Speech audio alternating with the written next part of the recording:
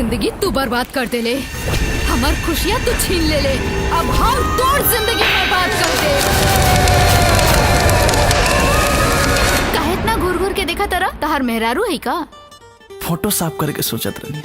अच्छा जी। हो गई है तो रखता।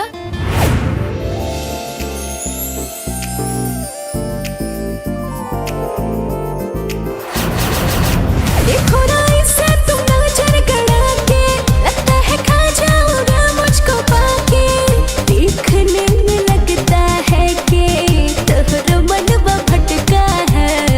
दीपक तोरा से बहुत प्यार करेले। तुझे देख के कुछ तो खटका है, दिल ओढ़नी के गोद में अटका है। ये दुनिया में केहू से हम अगर सच्चा मोहब्बत करी लेना तो सिर्फ अंजलि से। पता ना तोरा कब एहसास होगी कि हम तोरा से बेपनाह मोहब्बत करेंगे।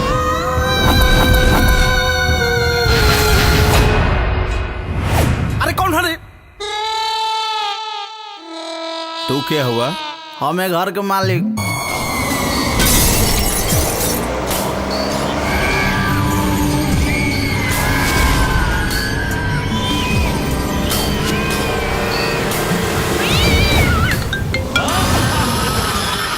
चोरी चोरी हमारा से मिले अवतारा, जान जाए के हो अपना दत्त सुधारा। आइलो छोड़ो राजा रोज रात के, मन नहीं के भरत ये करे जा, राखो नसीना में से साट।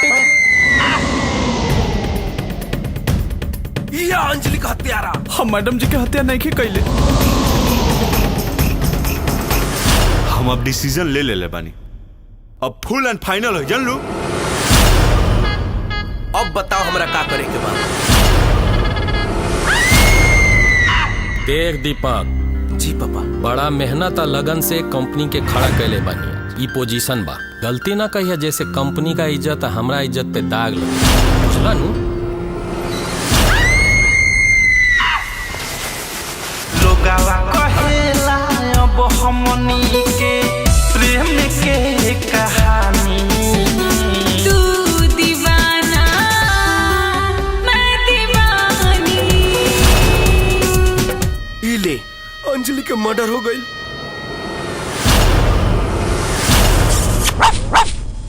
बुझाता कि तोहनी सपनों ना देख देबा हमें। कारियलिया ते हमरा प्यार के हमरे से जुदा कर देले। चल गइलू छोड़े के हमके, हमर जिंदगी वीरान हो गइल बा।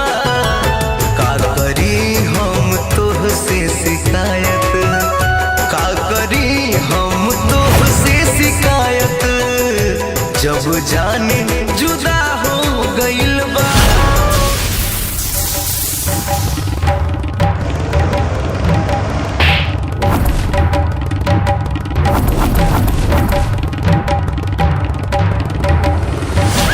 अच्छा कर्म करे वाला खातिर अच्छा होली, बुरा करे वाला के परिणाम तो बुरा ही होई। समझ नहीं रहुआ लोग?